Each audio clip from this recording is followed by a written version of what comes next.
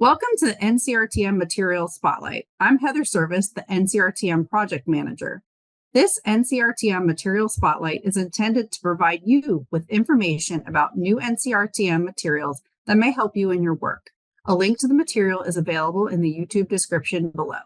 Today, we are joined by Carol Panko. Carol is the Project Director for the George Washington University team on the VR Technical Assistance Center for Quality Management, also known as VR Tech QM or lovingly known as just QM. Carol is here to share with us about a new resource from QM, the Contracting Guide for State Vocational Rehabilitation Agencies. Carol, I know there's a lot of excitement about this product, so please tell us a little bit about it. Well, Heather, thanks for having me. We are super excited about this product. It was one of the first assignments we received as a QM fiscal team way back in the day when it was just Sarah Clardy and myself. And RSA said, can you please put together a contract guide for all of the state agencies? And we really struggled with this because states all have different requirements. And so how do you get something together that has enough detail to give you the information you need, but yet it can allow that space for the states to insert their own processes? So we worked on this for the last almost 3 years and put this out in January, and we are very happy about it. The majority of federal funds are really spent through contracts when you think about the VR program. So it's super important for all of us to get this right. So we find this really critical just to give you those basic nuggets. You can go back, apply your state standards, and make it all happen. When you think about the VR program and all the folks who come into contact with the program or come into contact with a contract, who is this product really designed for and how can they use it? It is for everybody. Everybody that touches that darn contract, they need to be included. So it's your contracts attorney, it's your folks in your fiscal part of the program, as the people on the field that are contributing to the contract. Unfortunately, we find in a lot of states that process is all siloed and people are doing their individual pieces, but nobody's really collaborating and talking about the overarching process. That way, we see a lot of things missing when this happens, and no one's really taking that overall responsibility for the entire process. So, by breaking this down and having all the people identify the roles and responsibilities, then you can bring the group together to really lay out your process specific to your state to make sure all the boxes are checked along the way. I know one of the key components of this guide that makes it really, really useful is the checklist that comes in the appendix section that kind of lays out each step that needs to be considered. Tell us about this checklist and how it makes this process pretty easy for everybody who touches this guide. Well, the checklist was something that we actually were able to issue out last spring at the 2023 CSAVR Spring Conference. And it was the one part of the whole guide that RSA and us, we kind of all could agree upon. So we did launch that. But again, that was really available for the people that were at the conference. And so we want to make sure everybody is aware of the checklist. And it does take all of the sections of the guide because we're talking about 60 pages, folks, and it highlights each of those areas. So you can take it, personalize it for your process in your state to make sure all the various elements are included.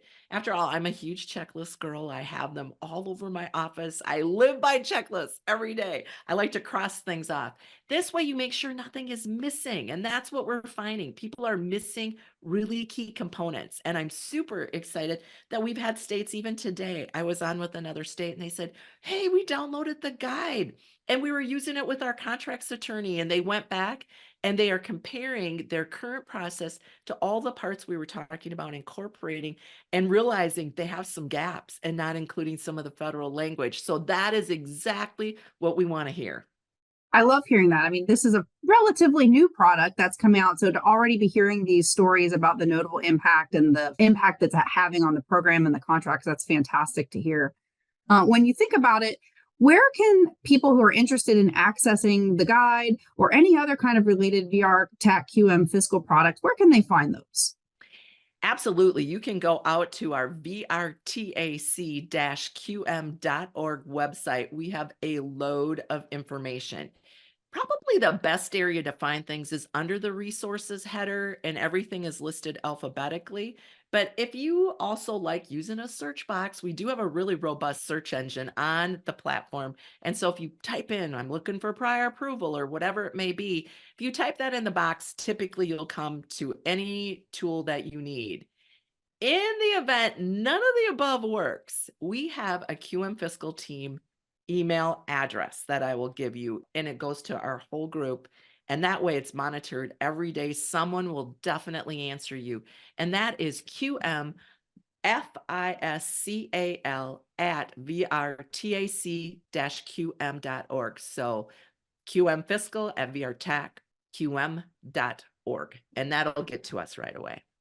I love that. And Carol, I know you have an upcoming webinar about this. So can you tell us a little bit about the webinar and other opportunities that folks can get support and information from TACQM?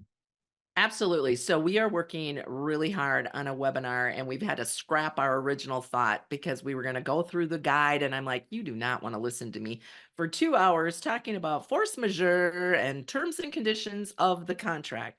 Instead, we're pivoting and we want to help you take your roles and responsibilities in your state, your processes in your state, and how can you use the guide to apply all of that and make sense for you. So we're really excited about the new way we're going to do this, and we will definitely be launching that yet this spring. And so look forward to any kind of email coming out from us on that. And of course, Heather, we will post that on you on your site as well. Additionally, we have a fiscal management community of practice, and I really encourage folks to join that. On our vrtacqm.org website, you can go to the top nav and there's a place called Communities of Practice, COP. Definitely click there. You scroll down, you'll find the Fiscal Management Community of Practice, and you can register. We have over 100 participants every month. Field and fiscal people. We talk about all kinds of issues. We talk a lot about contracting, all different areas. And we're really finding bringing fiscal and field together has been super impactful, and people are starting to meet their neighbors from other states. And it's just a really great interchange of information. Fantastic. Lots of opportunities for folks to connect with VRTAC-QM. Thanks for joining us today, Carol. For NCRTM updates, we encourage you to visit the NCRTM website. You'll find the contracting guide, lots of great training and events at ncrtm.ed.gov.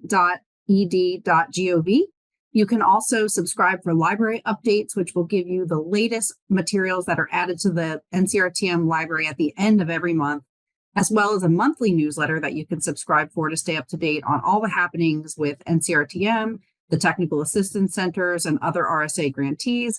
And last but not least, we encourage you to follow us on X, formerly known as Twitter. Thanks for joining us today. Thanks for having me. The National Clearinghouse of Rehabilitation Training Materials, NCRTM, is maintained by New Editions Consulting, Inc., and sponsored by the U.S. Department of Education Rehabilitation Services Administration, RSA, under contract number 91990021C0033. However, these contents do not necessarily represent the policy of the Department of Education, and you should not assume endorsement by the federal government.